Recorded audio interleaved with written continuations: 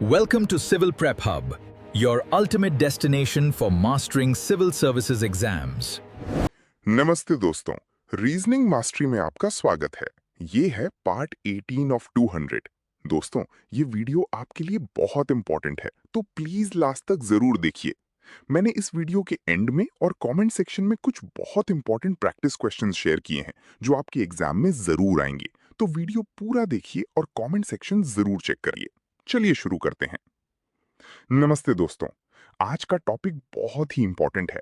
आप पार्ट 18 में हैं और आज हम एनालॉजी मिक्स्ड एंड एडवांस्ड के बारे में डिटेल में सीखेंगे। ये topic SSC CGL, IBPS PO और यूपीएससी प्रीलिम्स में हर साल आता है। अगर आपने ये टॉपिक अच्छे से समझ लिया तो एग्जाम में 2-3 मार्क्स पक्के हैं। तो चलिए एक एक कॉन्सेप्ट को डिटेल में समझते हैं। अब देखिए, ये टॉपिक क्यों इंपॉर्टेंट है और किस तरह से हम इसको सॉल्व कर सकते हैं।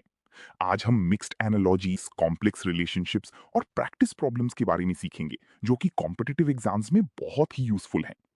तो चलिए शुरू करते हैं एनालॉजी के बेसिक्स से। एनालॉजी मतलब है दो या दो से ज्यादा चीजों के बीच की समानता। ये समानता काफी तरह की हो सकती है, जैसे कि शेप, साइज, कलर या कोई भी दूसरी चीज। अब देखिए, मल्टी स्टेप एनालॉजीज क्या होते हैं। मल्टी स्टेप एनालॉजीज में हमें एक से ज्यादा स्टेप्स लेने पड़ते हैं ताकि हम आंसर तक पहुंच सकें। जैसे कि अगर हमें एक पिक्चर दी जाए और उसमें एक चीज की समानता निकालनी हो, तो हम उस चीज को पहले आइडेंटिफाई करेंगे, फिर उसकी समानता निकालेंगे। अब कॉम्प्लेक्स रिलेशनशिप्स के बारे में देखिए। कॉम्प्लेक्स रिलेशनशिप्स में हमें दो या दो से ज्यादा चीजों के बीच की समानता निकालनी होती है, जो कि काफी मुश्किल हो सकती है। लेकिन अगर हम थोड़ी पेशेंस से काम करें तो हम इसको भी सॉल्व कर सकते हैं। अब प्रैक्टिस प्रॉब्लम्स के बारे में देखिए। प्रैक्टिस प्रॉब्लम्स में हमें काफी तरह की एनालॉजीज मिल सकती हैं, जैसे कि verbal analogies, non verbal analogies या मिक्स्ड एनालॉजीज। तो हमें इन सभी तरह की एनालॉजीज को प्रैक्टिस करना चाहिए ताकि हम एग्जाम में कॉन्फिडेंट हो सके। तो अब समझते हैं कि क्यों प्रैक्टिस करना जरूरी है। प्रैक्टिस करने से हमें एक्सपीरियंस मिलती है और हम अपनी मिस्टेक से सीख सकते हैं। तो चलिए अब हम फॉर्मूलाज के बारे में देखते हैं। ये फॉर्मूला बहुत ही इंपॉर्टेंट है दोस्तों। इसमें ए, बी, सी और डी की समानता निकालनी होती है। जैसे कि अगर हमें दिया जाए कि pen is to writer as brush is to painter, तो हम इस फॉर्मूला का यूज करके आंसर निकाल सकते हैं। इसमें हम ए और बी की समानता देखते हैं, फिर सी और डी की समानता देखते हैं, और अगर दोनों समानता मैच हो जाए तो हमें आंसर मिल जाता है। एक कॉमन मिस्टेक ये होती है कि स्टूडेंट्स ए और सी की समानता निकालते हैं, लेकिन हमें ए और बी की समानता निकालनी होती है। तो ध्यान रखिए और इस फॉर्मूला का यूज करके काफी तरह की एनालॉजी सॉल्व कर सकते हैं। ये फॉर्मूला थोड़ा कॉम्प्लेक्स है दोस्तों। इसमें हमें ए और बी की समानता निकालनी होती है, लेकिन साथ ही साथ हमें बी को ए के सबसेट के रूप में भी देखना होता है।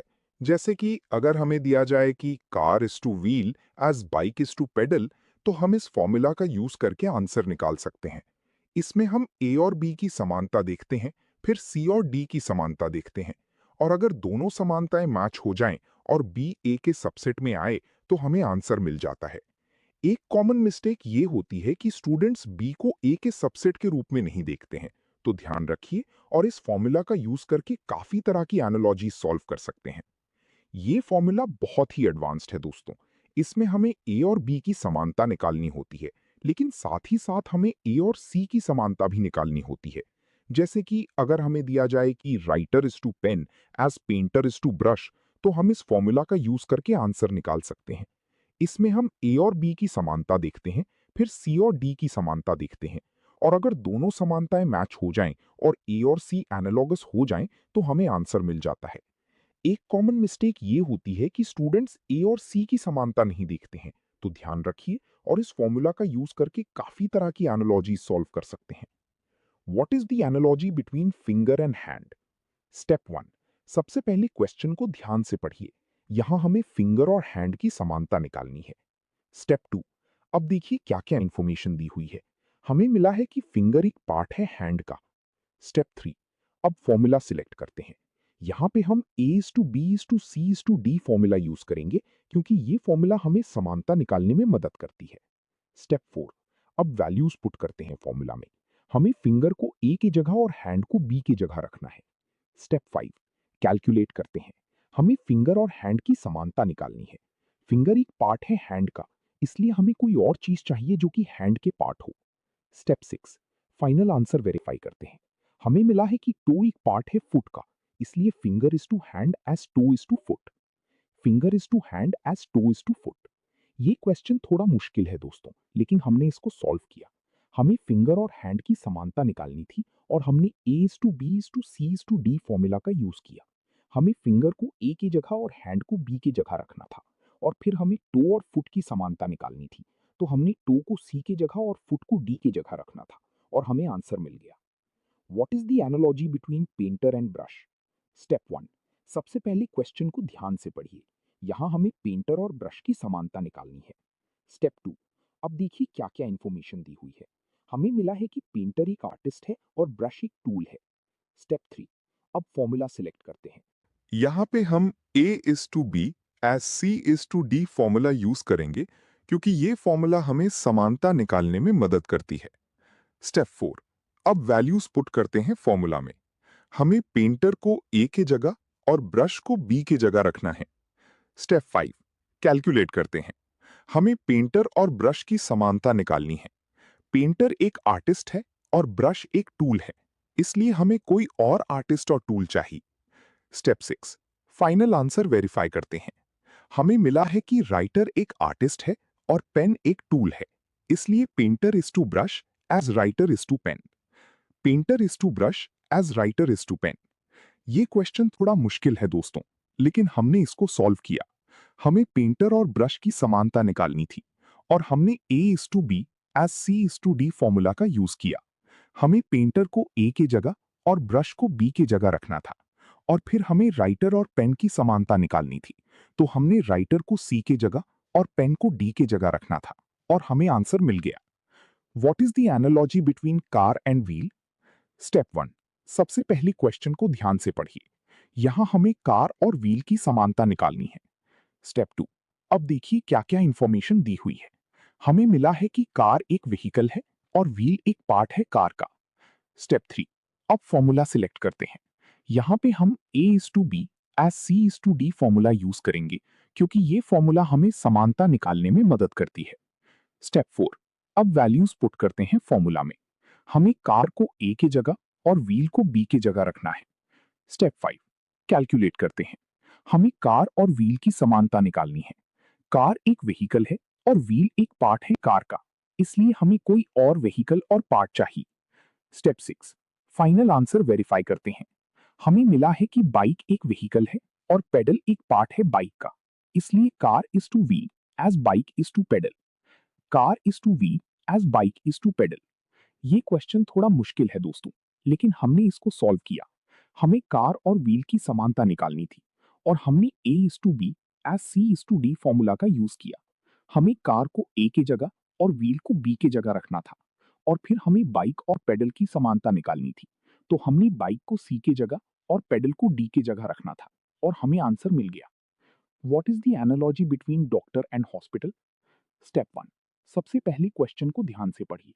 यहाँ हमें डॉक्टर और हॉस्पिटल की समानता निकालनी है। स्टेप 2। अब देखिए क्या क्या इंफॉर्मेशन दी हुई है। हमें मिला है कि डॉक्टर एक प्रोफेशनल है और हॉस्पिटल एक वर्कप्लेस है। स्टेप 3। अब फॉर्मूला सिलेक्ट करते हैं। यहाँ पे हम A is to B as C is to D formula use करेंगे क्योंकि ये फॉर्मूला हमें समानता निकालने में मदद करती है। स्टेप 4। अब वैल्यूज पुट करते हैं फॉर्मूला में। हमें डॉक्टर को A के जगह और हॉस्पिटल को B के जगह रखना है। स्टेप 5। कैलकुलेट करते हैं। हमें डॉक्टर और हॉस्पिटल की समानता निकालनी है। डॉक्टर एक प्रोफेशनल है और हॉस्पिटल एक वर्कप्लेस है, इसलिए हमें कोई और प्रोफेशनल और वर्कप्लेस चाहिए। स्टेप 6। फाइनल आंसर वेरीफाई करते हैं।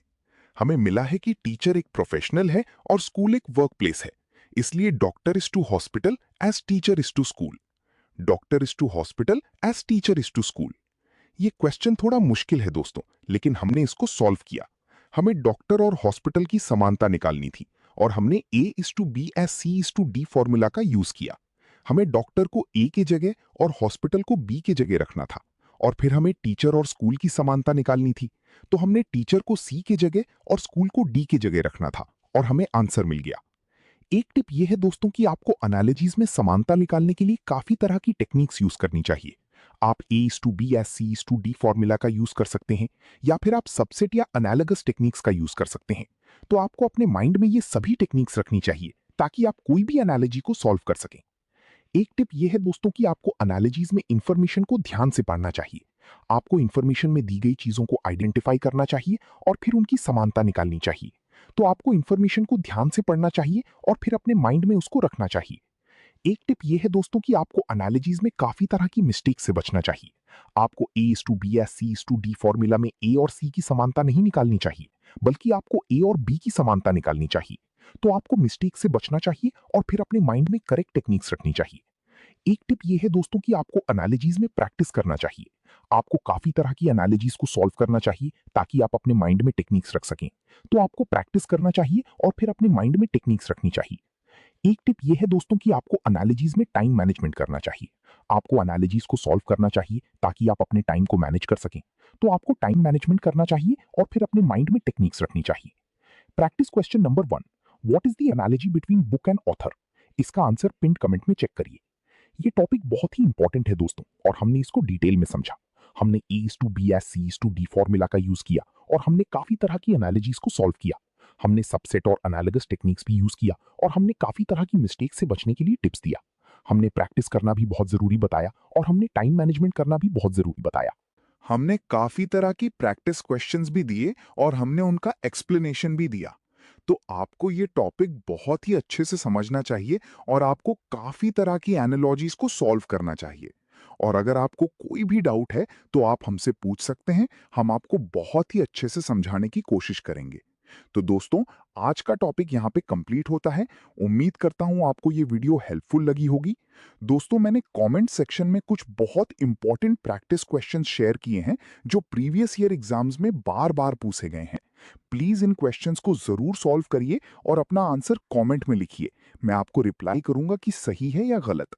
अगर ये वीडियो आपको अच्छी लगी तो प्लीज लाइक बटन दबाइए, इससे मुझे मोटिवेशन मिलता है और आपके लिए और अच्छे वीडियोस बनाने में मदद होती है। और अगर आपने अभी तक चैनल सब्सक्राइब नहीं किया है तो अभी करिए और बेल आइकन जरूर दबाइए ताकि हर नई वीडियो की नोटिफिकेशन आपको मिल सके।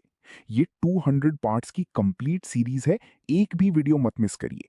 अगर आपने पूरी सीरीज कंप्लीट कर ली तो एग्जाम में रीजनिंग सेक्शन में फुल मार्क्स पक्के हैं। अपने दोस्तों को भी शेयर करिए जिनको इससे फायदा हो सकता है। मिलते हैं नेक्स्ट वीडियो में पार्ट 19 के साथ। तब तक प्रैक्टिस करते रहिए। जय हिंद।